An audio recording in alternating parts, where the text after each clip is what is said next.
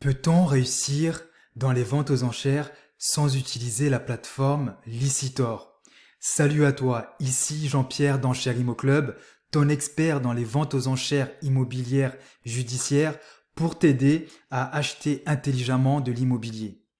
Dans la vidéo d'aujourd'hui, je vais te présenter la plateforme incontournable qui est Licitor, comment l'utiliser efficacement et à la fin de la vidéo, je vais te donner 2 astuces pour gagner du temps dans ta prospection et aussi, pourquoi pas, gagner quelques milliers d'euros. Mais avant tout, si ce n'est pas déjà fait, je t'invite à t'abonner à cette chaîne parce que je vais publier toutes les semaines une nouvelle vidéo avec beaucoup de valeur pour t'aider à réussir dans les ventes aux enchères immobilières.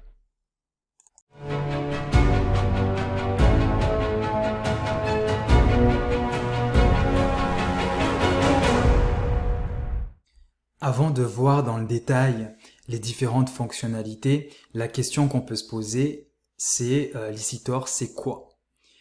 En gros, Licitor, c'est une entreprise privée qui gère une plateforme Internet qui va répertorier tous les biens immobiliers vendus dans le cadre d'une saisie immobilière, d'une liquidation d'entreprise qui détient des biens immobiliers ou d'une licitation. Donc une licitation, ça peut être une succession conflictuelle par rapport à un bien immobilier entre les héritiers. Ce qu'il faut savoir avec Licitor, c'est que c'est la plateforme leader sur ce marché. En fait, par mois, il y a à peu près 120 000 visiteurs qui viennent sur cette plateforme. Et ce qui est bien également avec cette plateforme, c'est que toutes les fonctionnalités qui sont proposées sont gratuites. On n'a pas besoin de payer pour utiliser Licitor. Ok, maintenant voyons les fonctionnalités pour réussir sa prospection. On va aller directement sur le site Licitor qui se présente de cette façon. On voit que c'est une interface qui est épurée, qui est simple d'utilisation. Donc la première fonctionnalité, c'est de savoir quand est-ce que les ventes aux enchères vont avoir lieu. Donc ici, on peut le faire de deux façons. On peut venir ici et choisir en fonction du tribunal judiciaire. Donc ici, on a le tribunal judiciaire de Paris, de Versailles. On peut, par exemple, aller sur d'autres régions et puis on a les autres tribunaux. Puis on peut le faire également par région. Donc là, par exemple, si admettons je suis basé en Île-de-France, je peux cliquer ici. Et puis là, on peut se retrouver au niveau d'Île-de-France et on peut choisir dans quel coin de l'Île-de-France on veut prospecter. Donc typiquement, admettons je suis intéressé par les Hauts-de-Seine, je peux décocher le tout et puis sélectionner uniquement les Hauts-de-Seine. Et puis là, je peux également faire une recherche en fonction du type de bien que je recherche.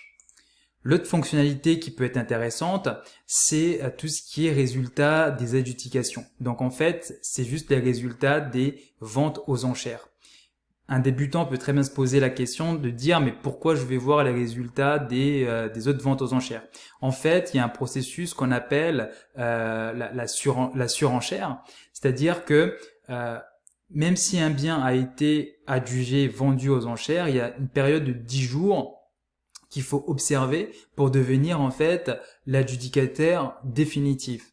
Et donc pendant cette période de 10 jours, n'importe quelle personne peut venir surenchérir d'un montant qui est égal à 10% du prix d'adjudication. Donc ça, je pourrais faire une vidéo qui rentre un peu plus dans le détail sur ce processus-là.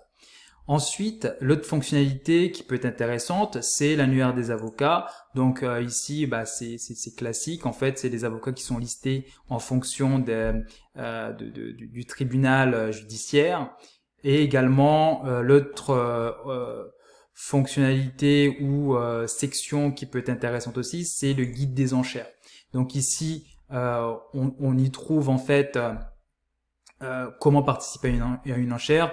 Et honnêtement, si vous êtes débutant, je ne recommande pas de suivre ce guide-là parce qu'il est vraiment léger. Si vous voulez se former et comprendre comment ça fonctionne une vente aux enchères, moi ce que je peux te proposer, c'est d'aller voir notre formation gratuite d'1 heure où on te montre vraiment les bases, où on va un peu plus loin que ces quelques lignes qu'on retrouve ici.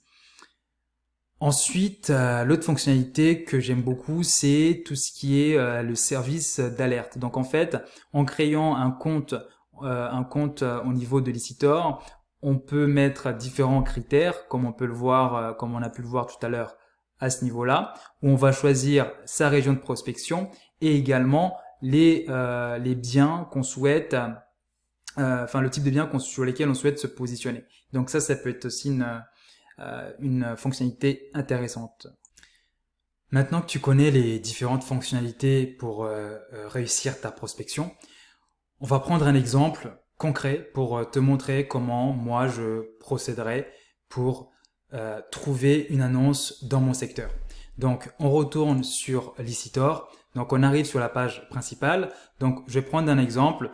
Admettons, j'ai envie d'acheter un appartement dans le département des Hauts-de-Seine.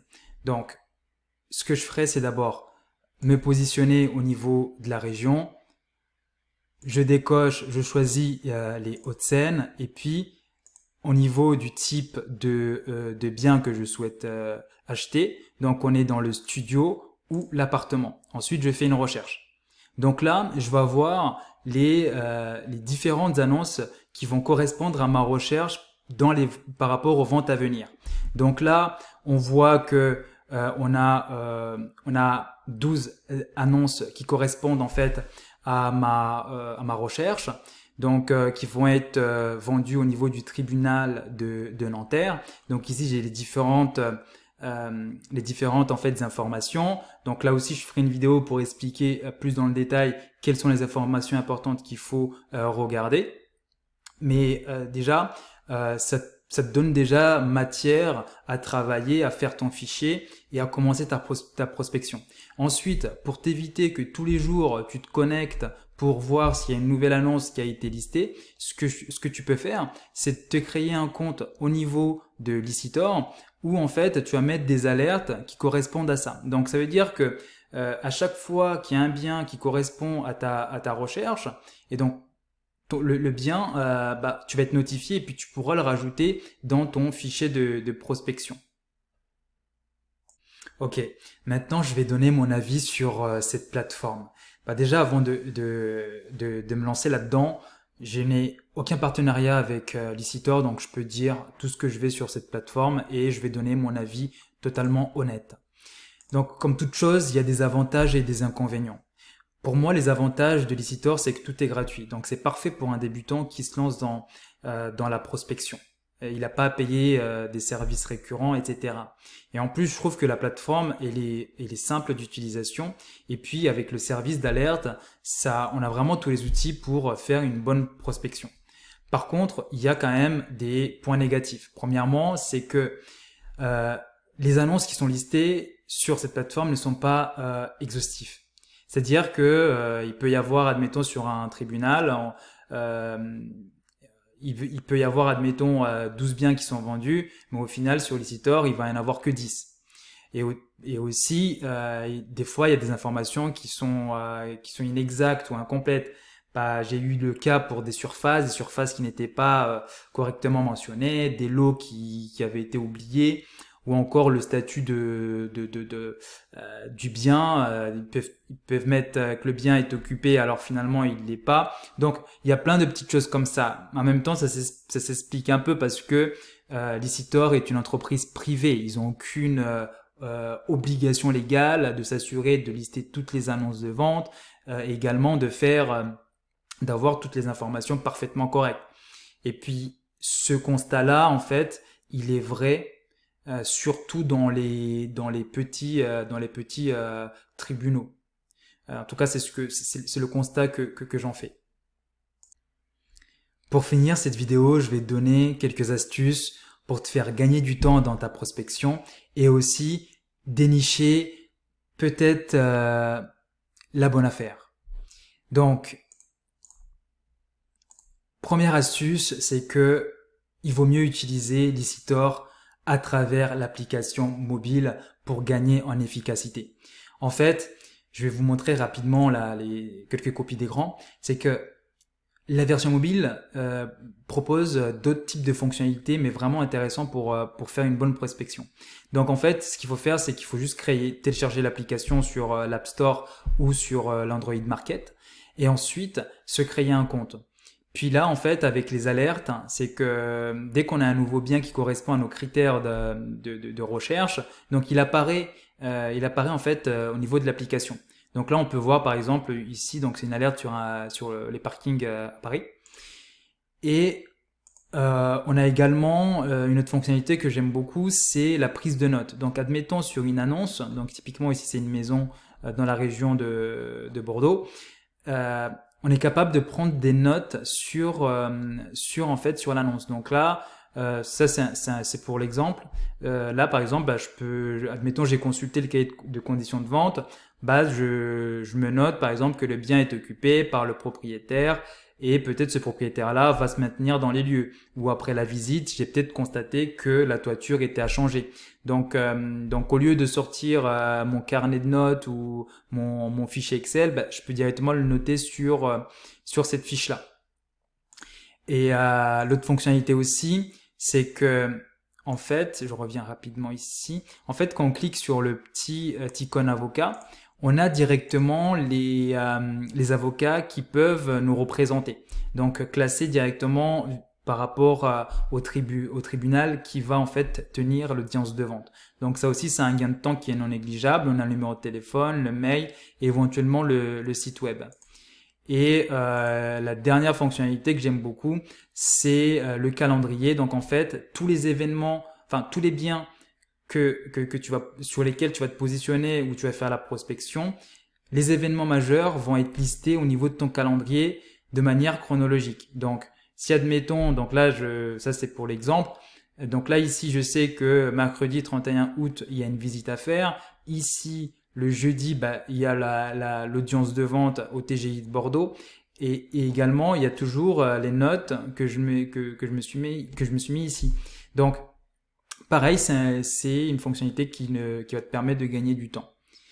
Ensuite, la deuxième astuce, qui est une astuce un peu plus avancée, en fait, c'est pour se positionner sur des biens où il n'y aura pas beaucoup de concurrence. Donc, dans votre prospection, vous allez voir si vous allez en faire beaucoup, vous allez remarquer que des fois, il peut y avoir une divergence entre la région du tribunal et la localisation du bien. Donc ça veut dire que, admettons, il peut y avoir un bien qui va être vendu au tribunal de Paris, mais par contre, le bien se trouve à Marseille.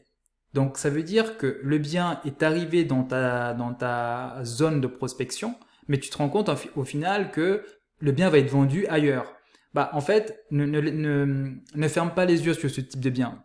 Potentiellement, c'est de ce type de biens, qui vont être une bonne affaire parce que tu auras moins de concurrence. Et puis, n'aie pas peur parce que tu peux toujours demander à un avocat du tribunal en question de te représenter. T'as pas besoin de te déplacer. Tu vas juste lui donner les instructions pour porter l'enchère pour toi. Donc ça, c'est la petite astuce que je voulais te partager. Si tu souhaites aller un peu plus loin sur comment utiliser Licitor, etc., on a écrit un article sur notre site internet. Je mettrai le lien en commentaire. N'hésite pas à aller consulter l'article. Donc, on arrive à la fin de cette vidéo. Si tu as aimé la vidéo, n'hésite pas donc à liker, à partager et surtout t'abonner parce que je vais revenir avec des vidéos de très grande qualité. Et aussi, comme je le répète souvent, il y a notre formation gratuite sous la vidéo, puis sur notre site internet. Si vous allez faire un tour, vous allez voir qu'il y a maintenant différents types d'outils pour vous aider à réussir dans les ventes aux enchères, comme calculer les frais de vente, etc. Je ferai des vidéos pour expliquer tout ça, mais sachez que je vais revenir avec beaucoup de contenu de qualité.